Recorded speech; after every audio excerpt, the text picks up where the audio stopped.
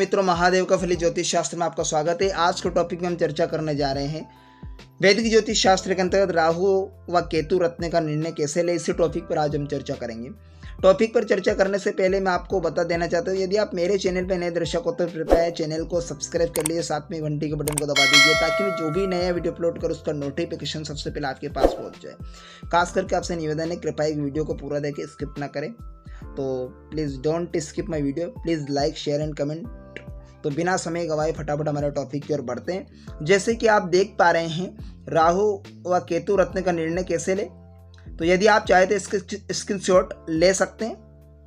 तो हम राहु केतु पर चर्चा कर ले, राहु केतु की उत्पत्ति कैसे हुई। तो हम क्या करेंगे, यहाँ पर स्टेप बाय स्टेप पढ़ लेते हैं। तो राहु व केतु दो छाया ग्रह हैं, इनका प्रत्यक्ष अस्तित्व नहीं माना जाता है कि समुद्र मंथन के समय जो अमृत कलश था उसमें से एक राक्षस ने पी लिया और जिसमें वह अमर हो गया। बाद में भगवान विष्णु ने उसके मस्तक को चक्र से काट डाला, लेकिन अमृत पान करने की वजह से वह मरा नहीं। क्यों नहीं मरा? क्योंकि अमृत पान कर लेता, अमृत कलश में से उसने अमृत पान करने की वजह से वह मरा नहीं। चाहे उसका सर काट डाला भगवान विष्णु ने, फिर भी वह मरा नहीं, क्योंकि वह अमर हो गया था।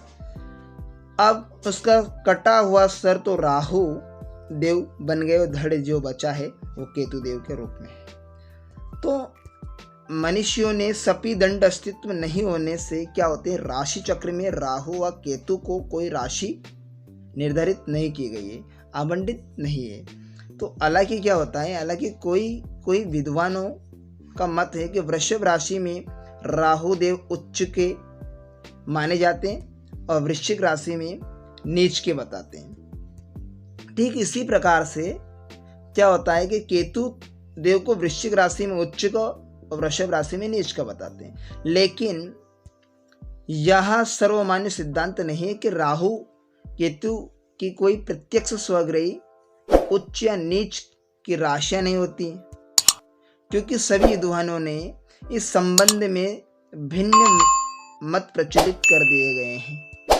क्या है? भिन्न मत प्रचलित कर दिए हैं।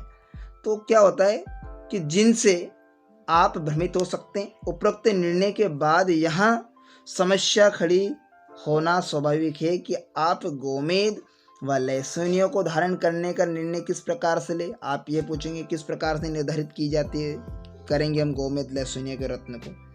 तो इसमें क्या होता है, क्योंकि राहु केतु किसी भी भाव के स्वामी या उपस्वामी तो नहीं है, वर रत्न धारण हमेशा भावों के आधारित पर होता है। इसके आधारित पर करेंगे हम रत्न धारण, भावों के आधारित पर हम धारण करते हैं, आधार पर होता है। हमेशा कारक शुभ भावों से संबंधित ग्रहों के रत्न ही पहने जाते हैं। जो कारक शुभ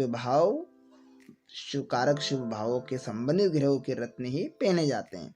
हालांकि राहु या केतु सपी दंड ग्रह नहीं है, तथापि क्या होता है, तथापि वे उतने ही प्रभावी है जितने की दूसरे ग्रह हैं। इसलिए राहु व केतु की जब विषंत्री महादशा चक्र में शामिल किया गया है, इन्हें विषंत्री महादशा में राहु केतु को शामिल किया गया है। तो यहाँ पर क्या है कि राहु देव की 17 वर्ष की अवधि होती है, विषंत्री महादशा होती है, और केतु देव की 6 वर्ष की दशा होती है। केतु देव 6 वर्ष तक की दशा के अंतर्गत अपना परिणाम देते हैं। तो इतनी दीर्घ दशा काल के कारण राहु केतु के रत्नों के संबंध में स्थिति ज्यादा महत्वपूर्ण हो जाती है कि राहु व केतु के रत्नों को किस स्थिति में धारण करना चाहिए। ये सवाल भी हमारे पास है, तो जिससे वे शुभ फल ही देते हैं। राहु केतु के रत्नों को धारण करने से पूर्व बहुत सी स्थितियां पर विचार किया जाता है कि राहु व केतु के लिए लग्न या चंद्रमा से मान लीजिए ये टेवा है, इस टेवे में चंद्रमा यहां पर बैठा है, या तो लग्न या चंद्रमा, मान ली लग्न से 3rd हाउस या 6th हाउस या फिर 11th हाउस में अगर राहु या केतु देव बैठे तो यहां पर पॉजिटिव रिजल्ट देंगे। या फिर चंद्रमा से 3rd हाउस या षष्ठम या एकादश भाव में विराजमान हो राहु या केतु में तो सर्वश्रेष्ठ है। तो इसके अलावा अगर केंद्र में 1, 4, 7, 10वें भाव में एक या प्रथम भाव लग्न जिसे बोला जाता है, प्रथम भाव या चतुर्थ भाव या सप्तम भाव या दशम भाव में राहु या केतु की स्थिति हो तो शुभ फलदायी कही गई है। दूसरे भाव में राहु केतु अपनी स्थितियों के अनुसार अपना फल देने में सक्षम होते हैं। सामान्य नियमों के तहत यदि राहु केतु की युति लग्नेश तो लग्न भाव में जो भी राशि हो उसके साथ में युति हो, फिर केंद्रीय त्रिकोण के मालिक से या फिर केंद्रीय त्रिकोण के मालिक के साथ उसकी युति बनी हो, फिर केंद्र के स्वामी किसी पाप ग्रह से इनकी युति हो, या फिर केंद्र के स्वामी जो केंद्र में जो राशि है उनके स्वामी किसी पाप ग्रह से इनकी युति हो तो राहु केतु शुभ स्थिति में कहे जाएंगे। क्या कहे जाएंगे? शुभ स्थिति में। तो राहु व केतु लग्नेश, लग्न भाव में जो राशि उनके अधिपति लग्नेश के नक्षत्र में स्थित हो, लग्नेश में जो राशि उनके स्वामी के नक्षत्र में स्थित हो, या किसी योग कारक ग्रह, कोई योग कारक जन्म कुंडली में योग कारक ग्रह कैसे निकालते हैं इस पर मैं वीडियो बना चुका हूँ। यदि आपने उस वीडियो को नहीं देखा तो उस वीडियो की लिंक इस वीडियो के डिस्क्रिप्शन में है, जाकर आप वीडियो को देख सकते हैं कि जो योग कारक ग्रह के नक्षत्र में स्थित हो तो भी वो शुभ ग्रह कहे जा सकते हैं।